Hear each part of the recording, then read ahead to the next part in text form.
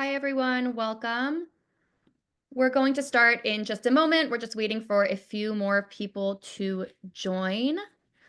Just a reminder to keep your microphone on mute, but if you want to have your camera on, that is great. We're going to be doing simultaneous Spanish and English translation, so just take a look down at the bottom of your Zoom screen. It should say interpretation, and you can select your language of choice.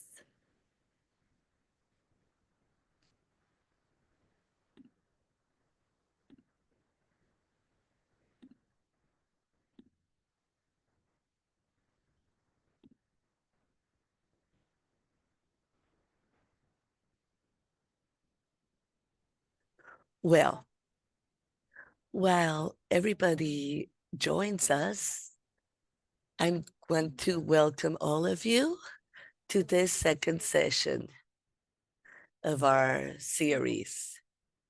I assume that just like us, the speaker, me, the interpreter, we were a bit confused with the hour. So we're going to check and make sure that everyone arrives. But we have a limited time. So I would like to start welcoming Daniel. Just as I said, this is our second in the series. I think that we will be able to have some sort of continuity and see the meeting points and the differences at the national level, a global level. We're able to include everyone in such a complex topic. Today, Daniel will talk about anti-Semitism in Argentina. That's his focus. His expertise has also been in the 20th century. So we made the mistake and said that this was going to be on the 21st century.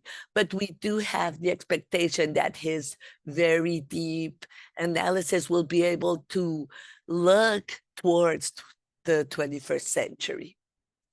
Daniel is a professor at the National University of General Sarmiento.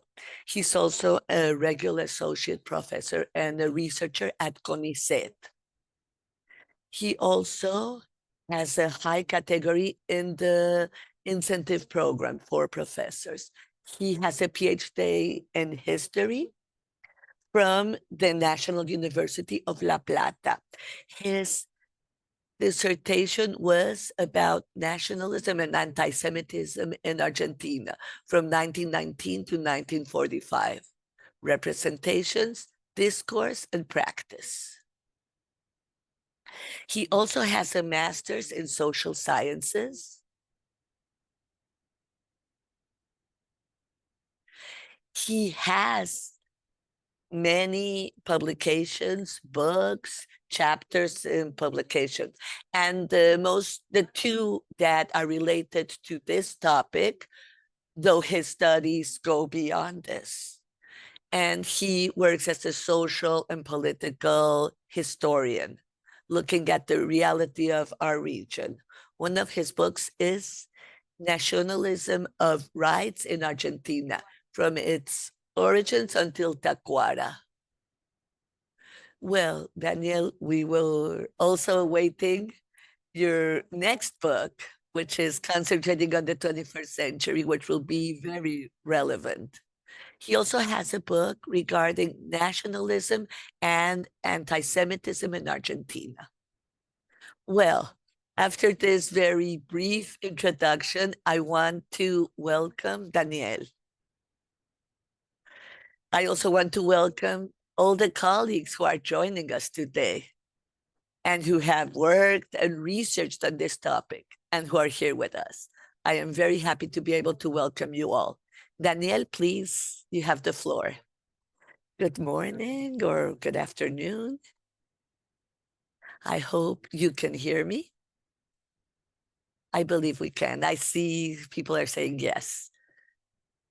Thank you very much, Judith, for your invitation. I see that there are several colleagues, friends there who are here at this presentation. And I'm really appreciate your being here as you also have important research. I hope you're not too disappointed because I'm not going to talk mostly on the 21st century. I can give my opinion as a citizen. Well, in addition, for me being here in middle of what's happening at the national and international level. And this is a turning point in many elements.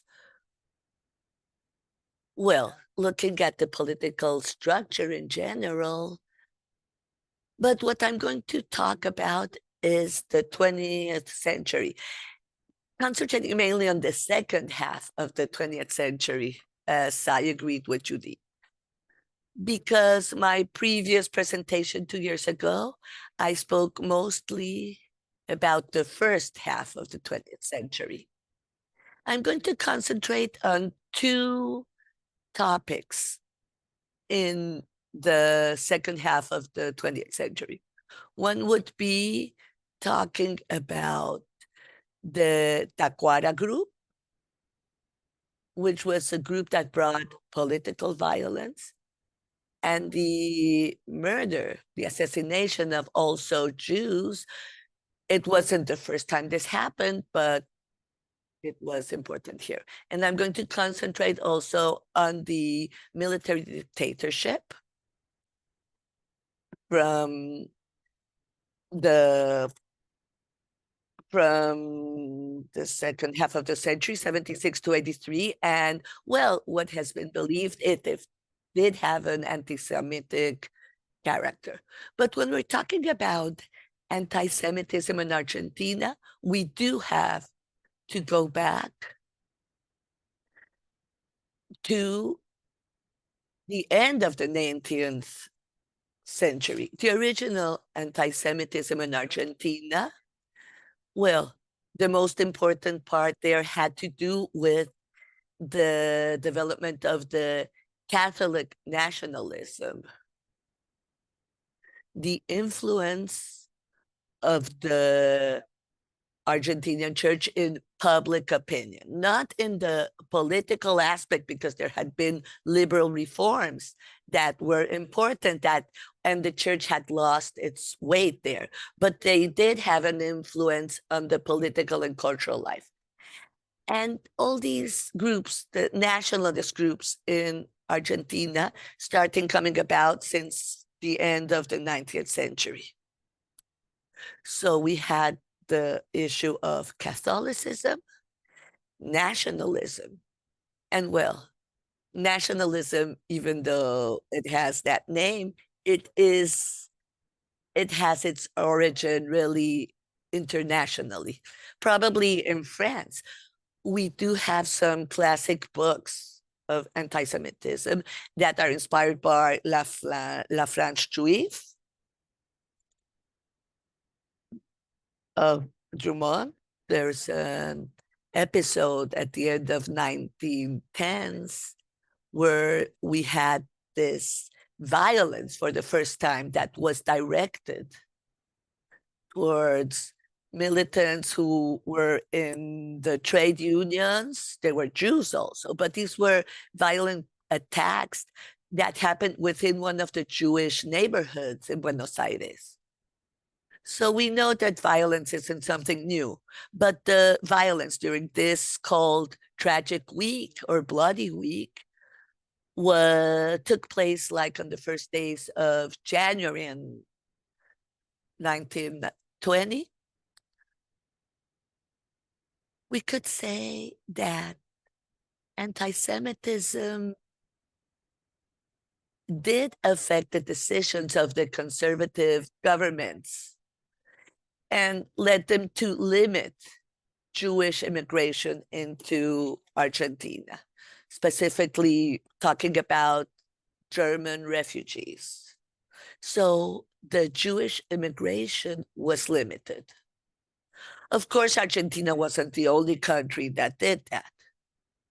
It was one more. It was one more country. It wasn't the exception. Not many countries were receiving Jewish immigrants. Of course, in the 30s, just as in many places in the world, there was a rise of extreme right-wing groups. This was the era of fascism. And here, anti-Semitism, which arose on its own or was also financed by Germany in some places. These groups weren't large groups in Argentina, but they were significant and they did affect. We could say that the history of anti-Semitism in Argentina can also be reflected as the history of anti-Semitism in the West, starting on the late 19th century and going into the early 20th century. And at the beginning, it was an anti-Semitism where no Jews were presented. And then it did pass to be an anti-Semitism where there were Jews present. And there are like specific reference. There was a Jewish actor, a Jewish group, a Jewish leader.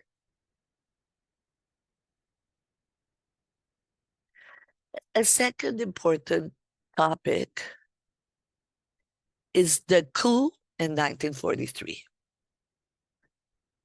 The second coup in the modern era in Argentina. The coup in 1943 has been described as the attempt to establish a Catholic nationalist regime. There's the influence from Franco, there's political repression.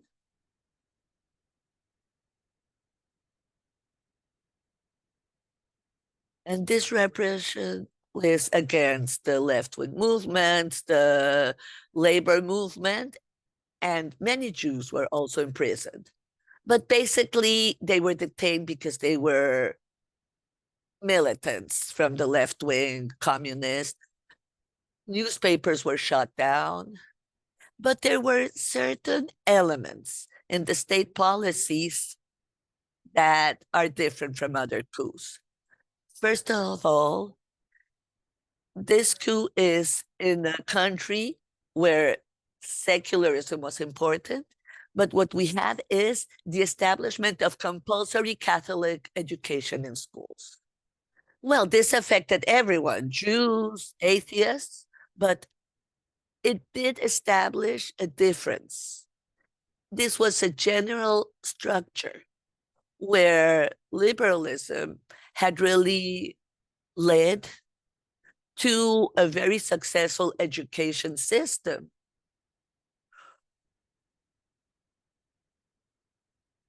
The education and the integration of individuals at the social and cultural level in Argentina worked as a melting pot. But this compulsory education is a fundamental difference. But something happened in the Entre Rios province. Entre Rios province is what we call the Argentinian Mesopotamia. It's in the border with Uruguay. And this is a province where there was a very important rural establishment of Jews. In the 20th century, this increased because many German refugees arrived, and they did establish in these rural areas. Within the coup of 43,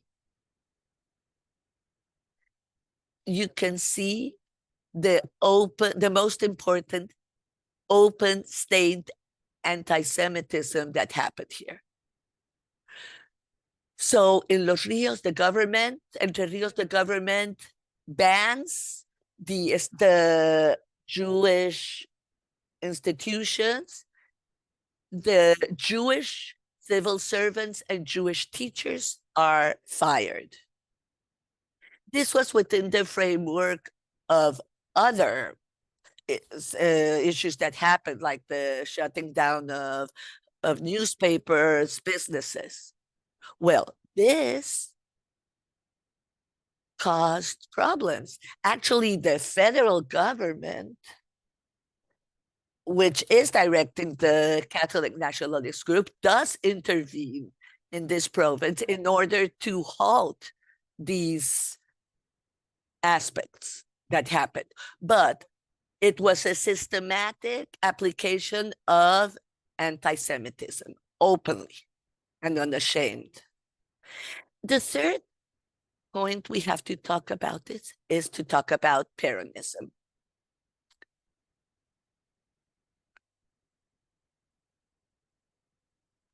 Peronism is a complex phenomenon.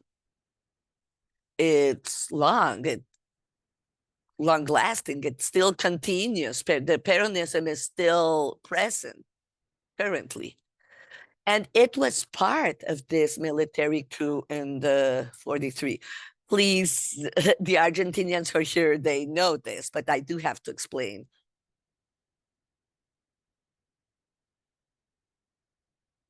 In fact, Perón becomes the strong man of this regime.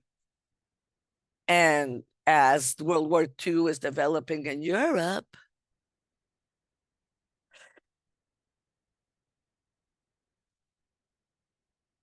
the obviously fascist elements are going to be coming, and Perón was really a strong figure in the regime.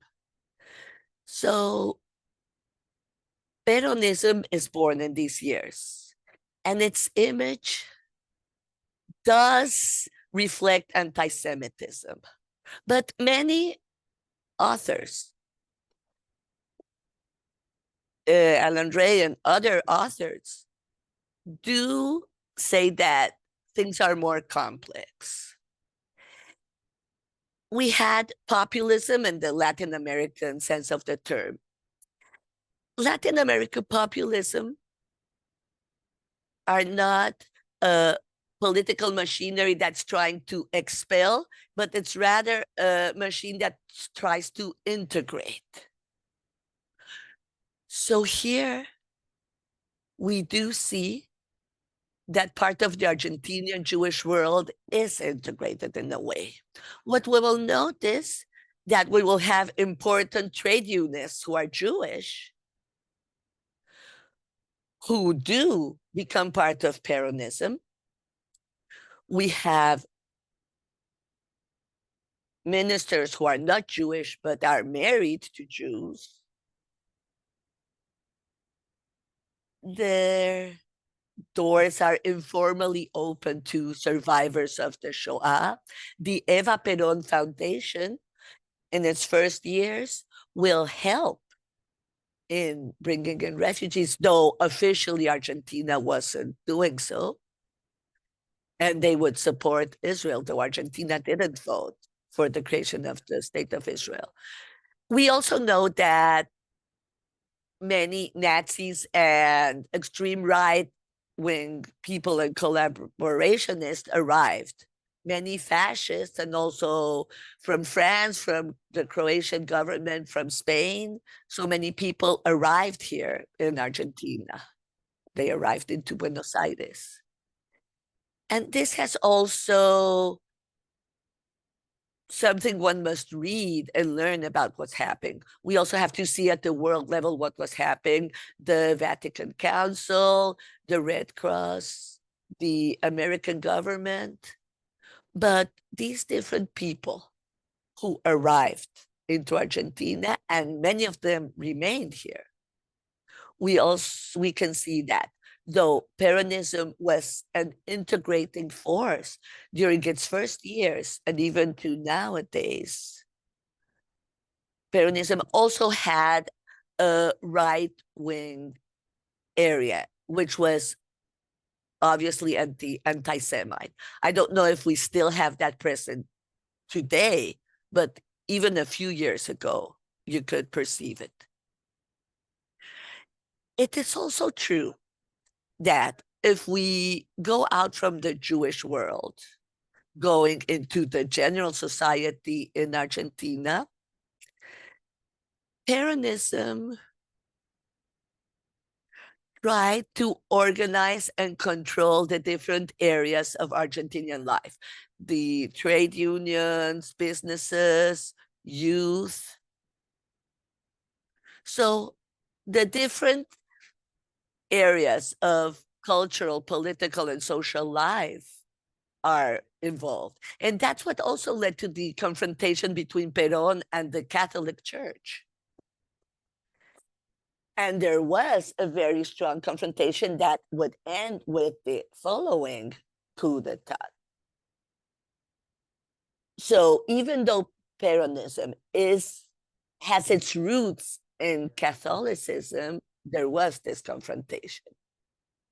So within this inclusive and divisive strategy, the Jewish world was also involved in what happened with the original Peronist movement in its first years. Well, I hope we'll have time at the end to have a conversation. Well, you'll always have people who are for or against what was happening. So I'm going to concentrate in two different periods, the 60s and the 70s. Leonardo Segman, who was my dissertation director, he stated that it could be a paradox, but Argentina, where you have the political instability, we could say that there was less public anti-Semitism during dictatorships and severe dictatorships, where there were anti-Semites from the right wing, than when it was the left-wing governments who were in the power. What happens when you have a strong right wing? There's a lot of control. So there are fewer anti-Semitic attacks. We could say that during the 20th century, anti-Semitism has really existed mostly in the police forces, in the military, which is part of its own ideological structure, which includes being against liberalism, against democracy. And this was also in the church.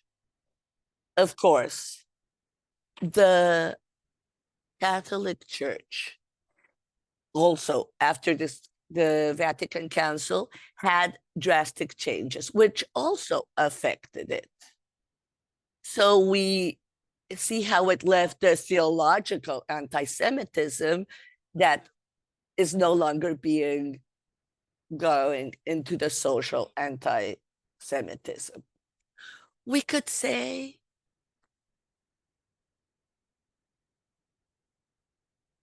that we do have a stress of anti-Semitism during the democracy with the groups of who are extreme left wing that are flourishing between the end of the 50s and the beginning of the 60s. These groups, one of these groups, the main one was called Tacuara. Tacuara is a symbol of the Argentine nationalism. It was a group that was founded sometime after the fall of Peru. This was the Tacuara nationalist movement was created by a student group, then they changed their name. At the beginning, Tacuara was formed by young people from the elite families. Their first leaders had the support of certain priests. Maybe people will remember the name of Julio Medil, who was from the extreme right-wing Catholicism. And he was part of the creation of this group. The model that the Tacuara group was the Spanish Phalange, well, the Spanish fascism. And that was their inspiration. It was a Catholic regime with a National Socialist group. So what they tried to do is have links with the labor movement. which had already happened before in the 50s, this relationship with the labor movements. But this was a central concept in a fascist style, this relationship with the labor movement. This also has to do with the fact that after the fall of Peron, certain groups of the right wing, they believed that they will be able to start a new movement because now there was no leader. We also have the presence of Jacques-Marie de Mahieu, was a philosopher in Argentina in 1946. He had a relationship with Perón, and he had these militaristic ideas. In the 58 and 59 in Argentina, we have the government of President Frondizi. And there was this debate if the university had to be a state university or if you could have private universities.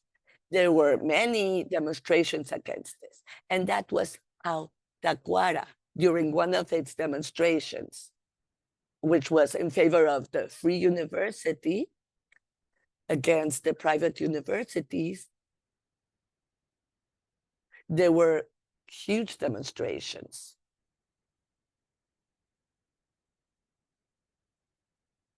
These demonstrations out in the streets where the movement was able to grow considerably.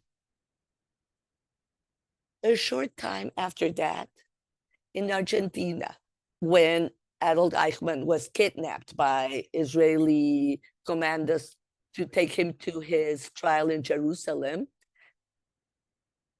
this also influenced in new anti-Semite repression. In July of 1962, there was the kidnapping of a Jewish student in Argentina, who she was freed a short time later, but she had been tattooed with the swastika on her body. So there was a book that was published that was called The Sirota Case and the Jewish Problem in Argentina.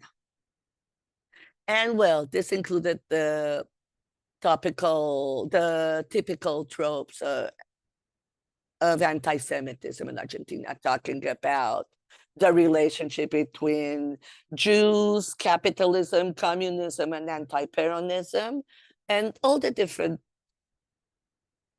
themes. You change the names and the geography, but it's the same tropes. Tacuara got split up, and they split up into a movement that called itself revolutionary. And many of its members ended up in the guerrilla in the 70s. And a movement that was clearly defined to the right wing. And there were like shootouts, attacks. There was a confrontation in the city of Rosario, several dead there from Tacuara also. And then a Jewish left-wing militant was murdered also in Buenos Aires. He was accused of being a communist, but also he's accused of being a Jew. So we have this group which organically is anti-Semite, and it is capable of generating violence. And when I'm talking about violence, I'm not just saying throwing Molotov bombs in the 30s, but we're talking about kidnappings, murders. I'm only mentioning here the most important cases. There were many confrontations, and there was much street violence with Tacuara. A book has recently been published regarding the attacks and defense of the Jews in those years.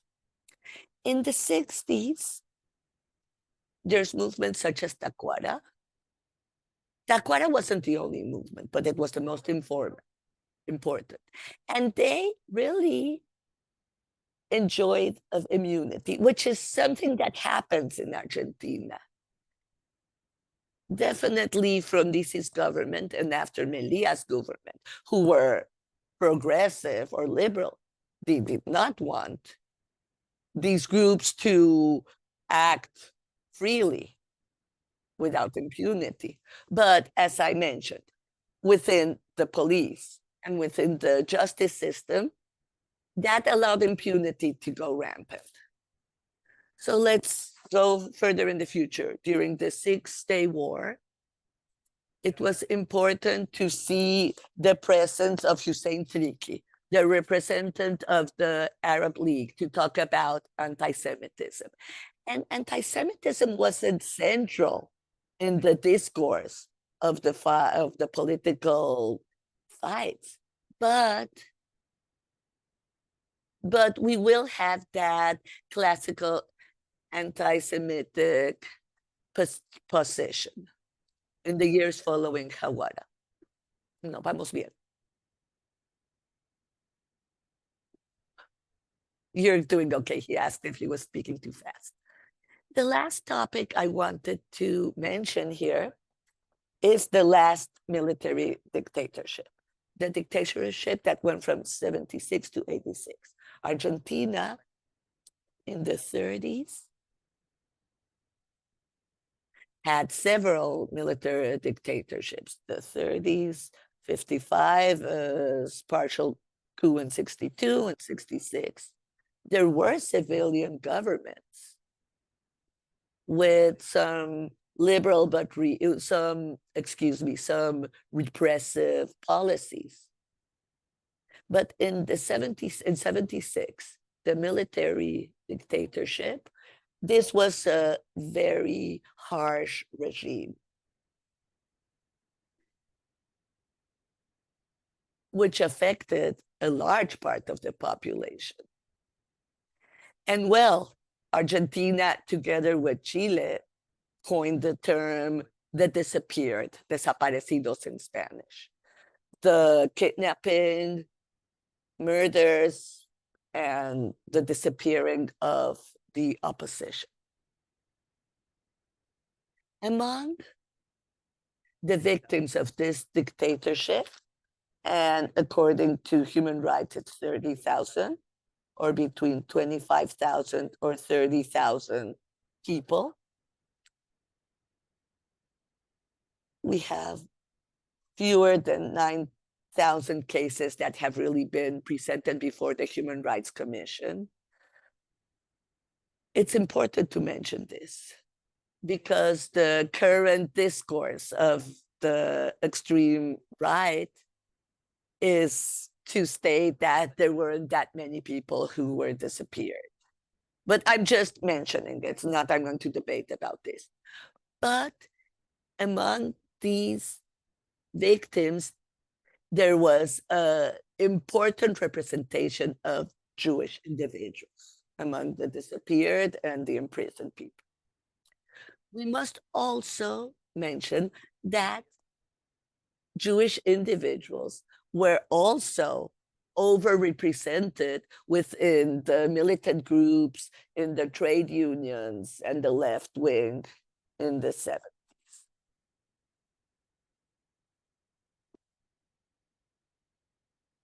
I'm going to finish this and then I'll go to the questions. I can't read the questions in the chat while I'm talking. I can see there is a question, but I can't. Give me 10 more minutes and we'll go to the questions and answers. So there's an overrepresentation of Jews among those groups. So the question we ask is,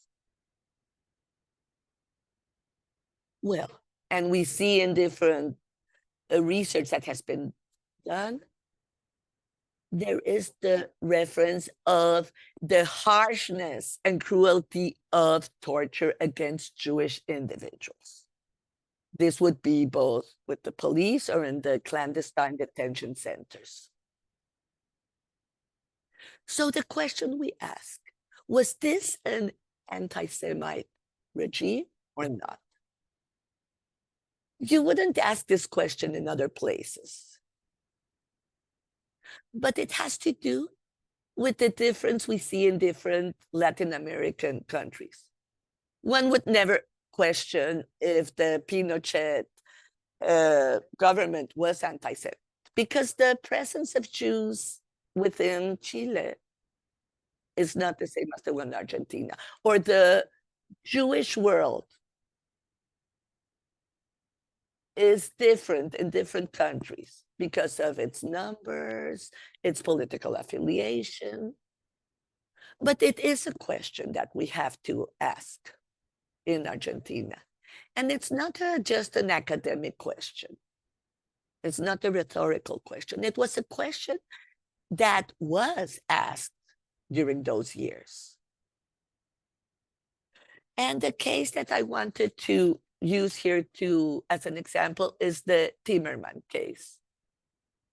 And I'll have to be very brief because I don't have that much time left. Jacobo Timerman was a very important journalist. It's one of the most important journalists in Argentina. He was born in Ukraine.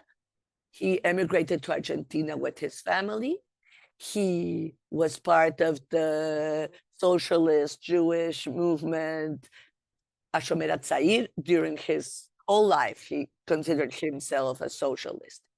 He was a journalist in the most important journals in Argentina, Noticias Gráficas, El Clarín, La Nación. He also founded several periodicals, Primera Plana and Confirmado in the 60s. And in 1971, he founded a very important newspaper, La Opinión, which was based on the French periodical Le Monde. And really, La Opinión is a point of reference of Argentinian journalism. Timerman was progressive.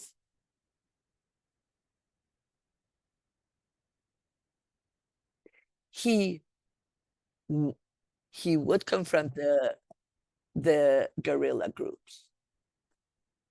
But he did have in his editorial group writers, journalists who did identify with the guerrilla.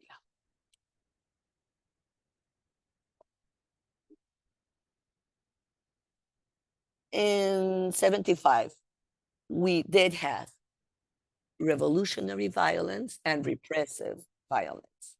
With the coup, Timerman believed, like many, believed that Videla and his group were moderates compared to the anti-Semitic and stronger and harsher groups. So he decided to identify with the Videla regime. He actually refused to receive Amnesty International until the regime itself welcomed Amnesty International. He refused to talk about human rights violations in Argentina. He said that to the Americans that there really wasn't any anti-Semitism in the Argentinian regime. He wasn't really defending the regime, but he tolerated it. And he really believed that if Videla wasn't there, something worse would come.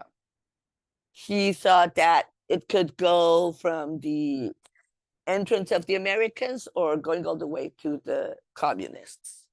But in 1977, Jacobo Timerman was arrested. Well, he was kidnapped from his home and he was taken to the police station in Buenos Aires. He was taken to a clandestine detention center and he was tortured.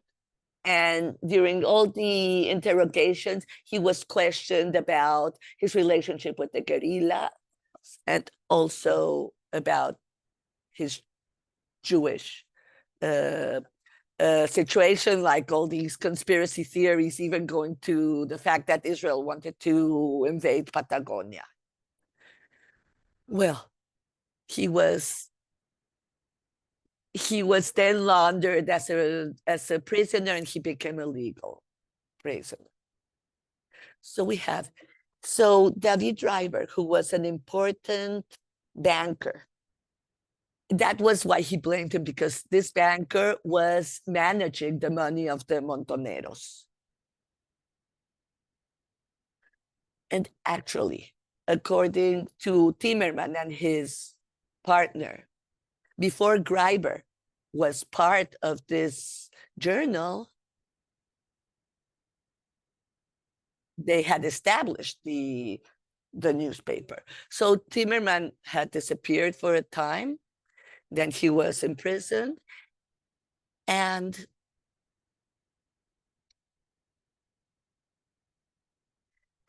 during his imprisonment, he changes his opinion regarding the regime, and he does state that this was an anti-Semitic regime. And he did state that the regime was really in Argentina was some sort of Nazism. So he did change his ideas.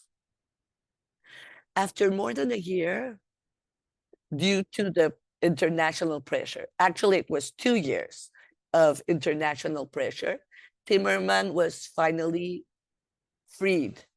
He loses his Argentinian citizenship. Remember that he hadn't been born in Argentina, and he leaves to Israel.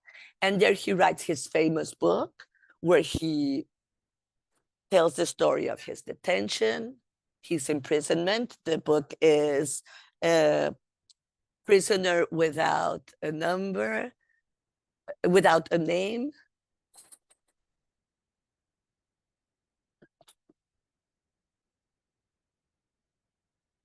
Throughout his being detained in Argentina and in the United States, the discussion was if Timerman had been detained because he was a Jew or because of his relationship with the left-wing groups. The name of his book was Prisoner Without a Name, Cell Without a Number. I had forgotten the name. So actually, anti-Semitism, his being arrested because he was Jewish, also becomes a topic of debate, because the people who support the regime are saying that Timerman is manipulating his being Jewish. Actually, in the United States, there was a public campaign to free Timerman with the topic saying that he had been arrested or detained because he was a Jew. So this was because of anti-Semitic reasons. But other people do not agree with this. And they are supporting this idea that anti-Semitism wasn't really the reason. Some of the people who supported him, even like Rabbi Marshall Mayer,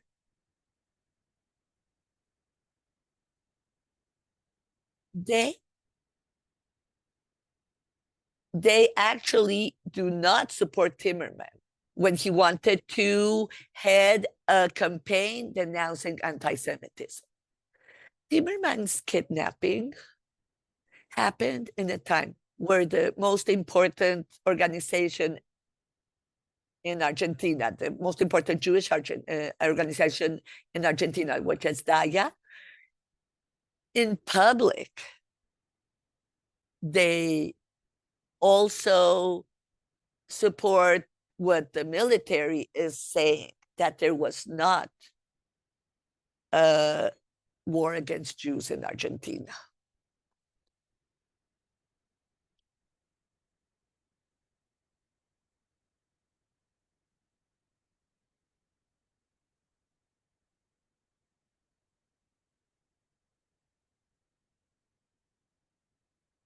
A journalist said, I want to quote him.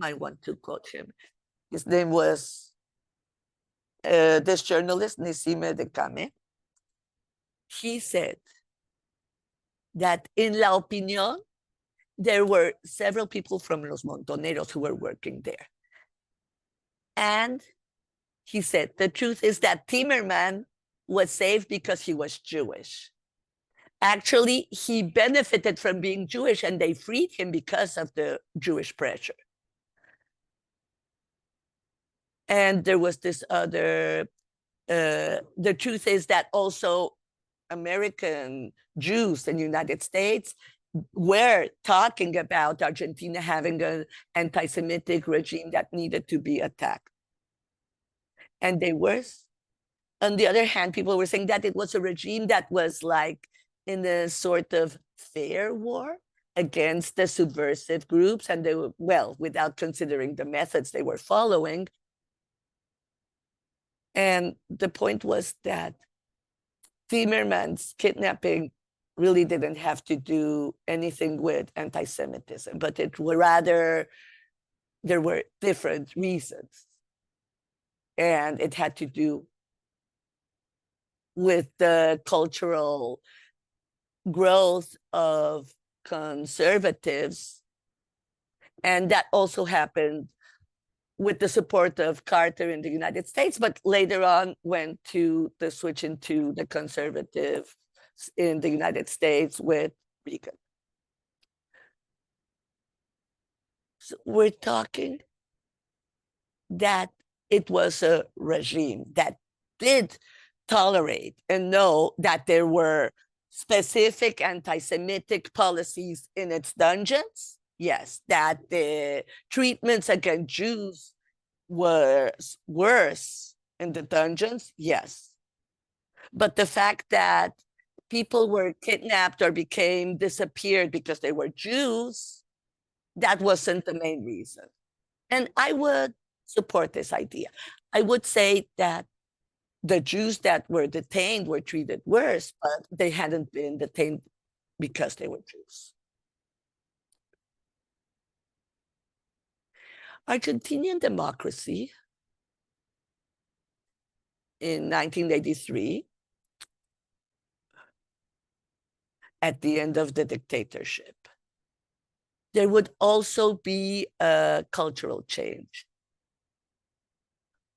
which would be similar to what happened in Spain. We could say that the neoliberal democratic regime did bring a more tolerant society. I think that something that happened that was positive socially with democracy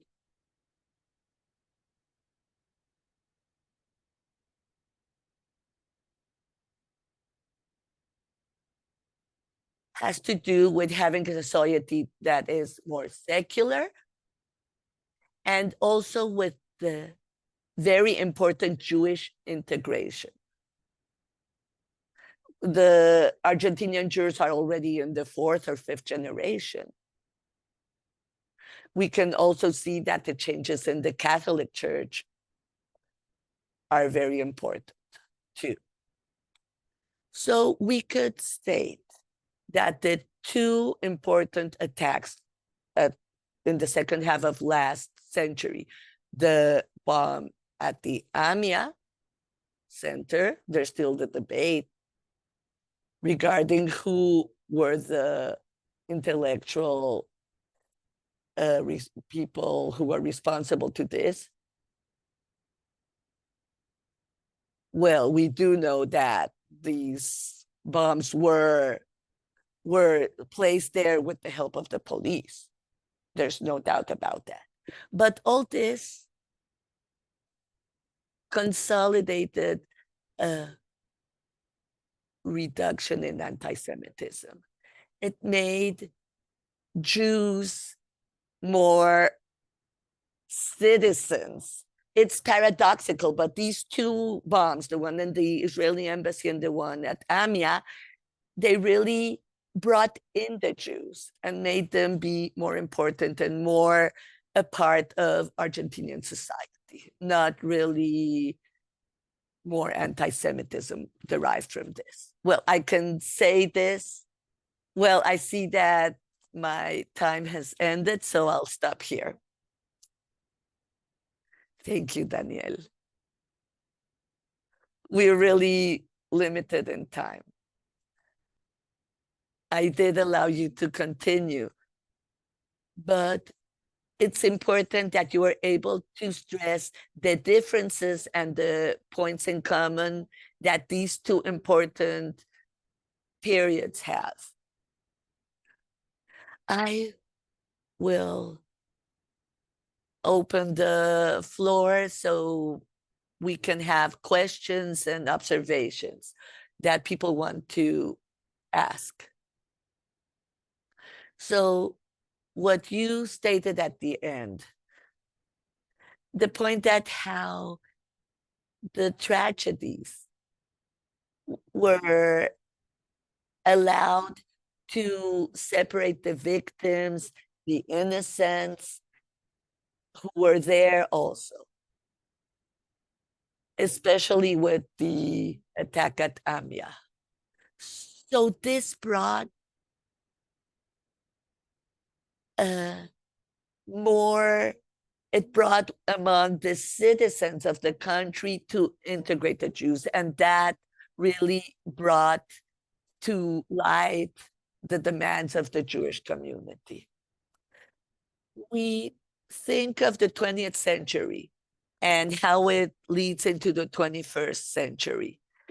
The current point where we are, we can ask questions, but we cannot deny the place anti-Semitism has had in the modern development of Argentina. We see this constantly present. It's not the phenomenon that it's the hydra that always appears once again in the same form. It appears once again in different ways. So I'll allow the questions. So we have the question from, we're going to hear Luis, who's going to unmute himself. Thank you, Daniel. Thank you for this wide perspective. I do agree with your thesis. Though anti-Semitism has increased, we've had trials, and also there have been very dangerous points in time to the Jewish community, just like you mentioned at the beginning of the 60s. But anti-Semitism hasn't really been the dominant paradigm that could have led to things similar to what happened in Europe. And I agree completely with you. But we do have to look for the axis that will link the different points in time that you presented. What I would like to suggest, and perhaps I'm mistaken, I'm not an expert like you, but I would like to mention the topic of Perón, who just after the coup, the idea of his ideas that transformed to the Andinia plan. And here we have actors who really work in this transformation. For example, the idea of synergia was used by the left and the right. Left-wing Peronism and right-wing Peronism used this theory to delegitimize each other.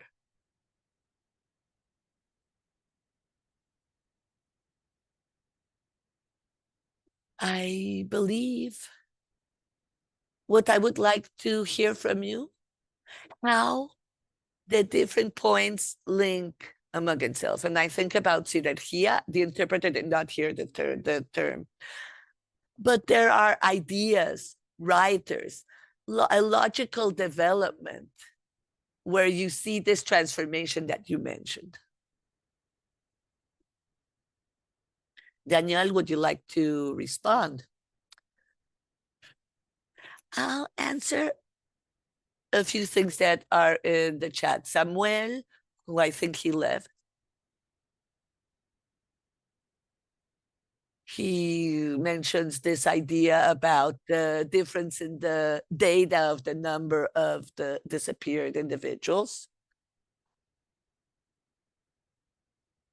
Joseph, Uruguay is very different from Argentina. The cultural and social aspects are very different in Uruguay from Argentina. Uruguay is a different case. Luis, what you say is true. The synarchy is an element that we have here. Synarchy is, well, a new representation of the Jew with the 1,000 faces. And finally, it is sending us to these classic myths like the Protocols of the Elders of Zion, which was published in Argentina in one of the newspapers, in the Catholic newspaper. They published the Protocols of the Elders of Zion, and then it's reproduced further into the 30s and into the future. It's important to mention this is a marginal group that is presenting it. And of course, this proposal is taken and accepted by an important group like the Catholic Church. Or the idea of synarchy, which comes from a small group. It did not really come from Perón himself. The problem with Perón is that he would say so many things. To manage contradictions wasn't something that he would do. So one could give different readings, but yes, you're right. Sinergia wasn't really presented by Perón. It was more an appropriation taken maybe organically by the Peronist right-wing groups. But I don't think that the link is not there. The link of nationalism and anti-Semitism in Argentina goes somewhere else. Well, we see it in the United States also, because maybe the idea of having Hispanism isn't something that one can return to. But I think that Argentina, Uruguay, we're not talking about race. I think that the continuity, the link goes through the territory. In Argentina, there is this territorial nationalism, which is democratic. We learn this in school. And well, we can exemplify it with the Falkland Islands, the Malvinas. This is something that doesn't happen only with the right wing. The most important person who was involved with the problem with the Falkland Islands or Las Malvinas, the territorial nationalism, was a socialist leader. So this territorial nationalism is democratic. Now, the extreme right wing in Argentina do use this territorial nationalism that has a confrontation with Chile, and Chile is to blame for all the evils. And in Chile, that also happens in the opposite direction. So what has happened is that the fear of losing land, of losing territory with England, which is a real concern, because we saw that with the Falkland Islands or the Malvinas. With Chile, it's different. But this fear of losing national territory to the Jews, which is what happens with this idea of the Andinia plan. But we already find in the 40s references to the possibility of losing territory to the Jews. And this happened in the 30s, in the 50s. To me, the linking thread that we should mention is Argentinian nationalism. And this nationalism is related to territory. It's related more to the territory. Of course, you have this idea that the past was always better. And we find this in the 19th century also. The idea of having this past unrecognizable Argentina. But you always have this idea of monarchy as the example to where one should return. But I do believe that territory is very important. And then we have this other adaptation, which is more universal, of the myth of the thousand faces, communism, capitalism, banks, and how Jews are against everything. And this is internally, externally. And we find this trope not only in anti-Semitism, but also we find it in the right-wing nationalism. Though I do accept you might be right, but I do believe that there is a combination of all these factors end up being the linking thread. Well, I'm going to thank Luisa's question and your answer, and thinking of how what we're talking today, its relationship with what we spoke yesterday in the last session. I'm going to see that in the presentation where the synarchies were mentioned. So we can maybe, we're going to share the recorded presentations. Well, we are really limited by time, and I have not been able to get them to give us more than 1 hour. We will have to conclude. So this session and the previous session are going to be available, the recordings. And it's important to see what you mentioned about the attacks and what these attacks did to the anti-Semitism, locally and internationally, and also the transnationalization of the conflict in the Middle East. The following session, 2 weeks from now, Thursday also, we're going to have the director of ISGAP. He's having a symposium honoring Nisman. And I'm going to be a part of that symposium. So I want to tell you that this does lead us to have a reflection of how we can talk and update what that meant into national policies. But Daniel, I want to thank you for your presentation. I want to thank all of you who joined us. There are certain topics that the people who are here present would like to bring again back into the future.